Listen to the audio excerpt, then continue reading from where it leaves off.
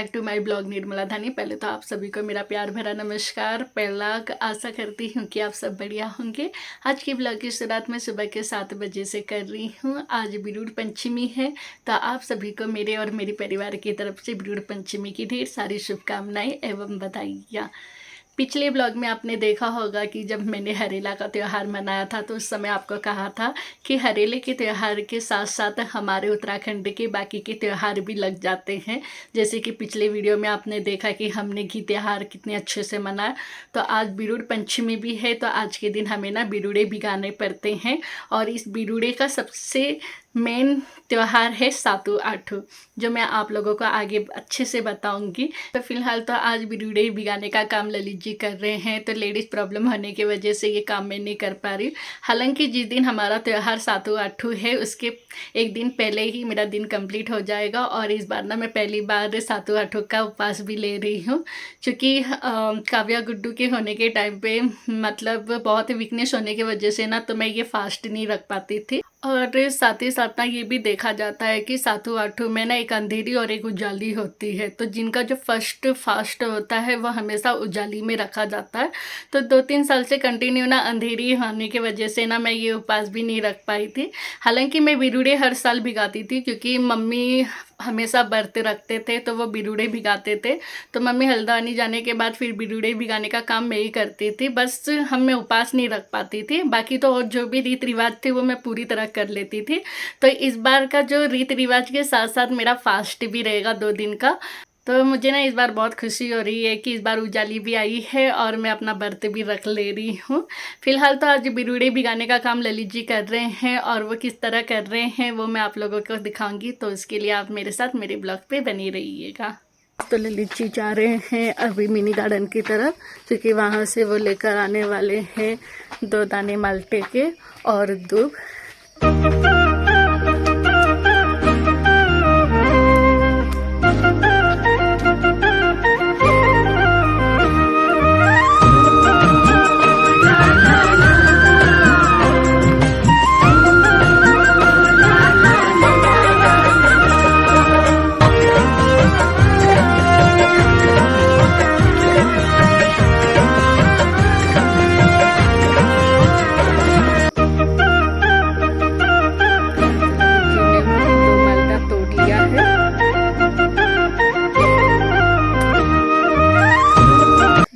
आ गए हैं, क्या दिखाओ? ये जोंक नहीं, जोंक नहीं है। जोंक है क्या है फिर ये? अरे हाँ यार, मुझे तो इतना छोटा जोंक लगा ललित जी को। इनको भी बहुत जोंक लगता है, बच्चा जैसा। ये पीछे बाजू तो नहीं है ना? नहीं, फिर भी एक बार पाँव धोना। तो क्या लेकर आए देखो।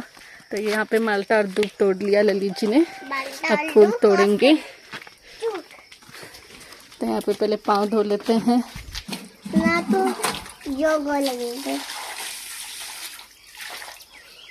और चलो चलो महारानी से आती है, राजा से आती बोलो, रानी से आती तो राजा है।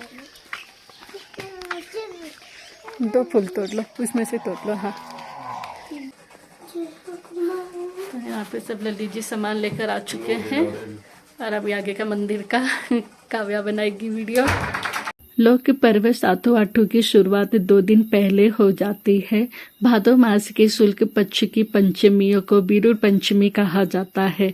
इस दिन घरों में तांबे के बर्तन में 5 या 7 अनाजों को पानी में भिगो दिया जाता है। इनमें दाड़िम, हल्दी, सरसों, दुर्बा के साथ एक सिक्के की पोटली रखी जाती है। संस्कृत के खीम कहते हैं कि सातु आठू का पर्व वैज्ञानिक महत्व भी रखता है। सातु आठू में अंकुरित अनाजों को प्रसाद के स्वरूप में खाया जाता है। सातु के दिन महिलाएं बाहें में डोर धारण करती है, जबकि आठू के दिन गले में दुबड़ा लाल धागा धारण करती है। इस पर्व को लेकर पौराणिक कथा भी प्रचलित है। पौराणिक कथाओं के अनुसार पुरातन काल में एक ब्राह्मण था जिनका नाम बीड़भाग था। उसके 7 पुत्र व 7 बहुएं थी, लेकिन इनमें से सारी बहुएं निसंतान थी। इस कारण वह बहुत दुखी दुखी था। एक बार वो भाद्रपद सप्तमी को अपने यजमानों के यहाँ से आ रहा था। रास्ते में एक नदी पड़ती थी।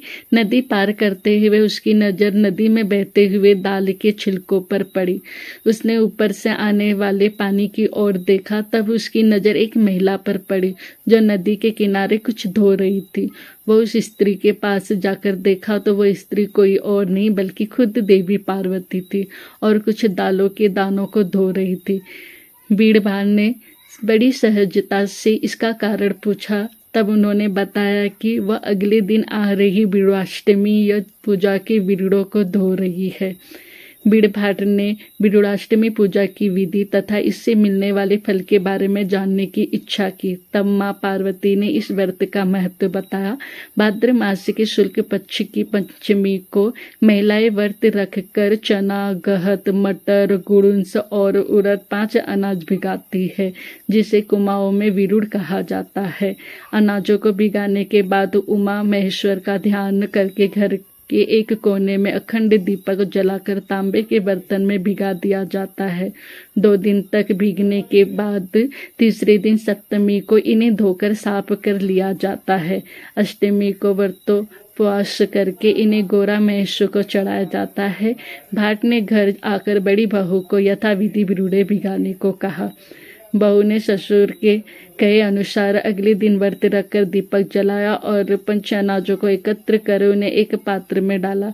जब वो उन्हें भिगो रही थी तो उसके एक चने का दाना मुंह में डाल दिया, जिससे उसका व्रत भंग हो गया। इसी कारण 6 बहू का व्रत भी किसी न किसी कारण भंग हो गया। 7वीं बहू सीधी थी।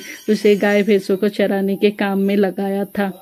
उसे जंगल से बुलाकर बिरुड़े भिगोने का कहा गया। उसने दीपक जलाकर बिरुड़े भिगोए। 3 दिन उसने विधि विधान के साथ सप्तमी को उन्हें अच्छी तरह से धोया। अष्टमी के दिन व्रत रखकर शाम को उसने गोरा महेश की पूजा की।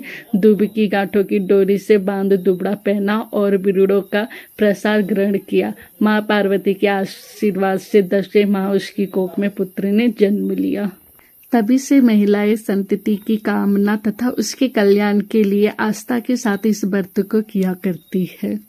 तो ये कहानी है बिरुड़ पंचमी के दिन हम बिरुड़े क्यों भिगाते हैं, और इसके साथ साथ 7वां 8वां हम कैसे मनाते हैं ये भी मैं आप लोगों को अगले वीडियो में दिखाऊंगी।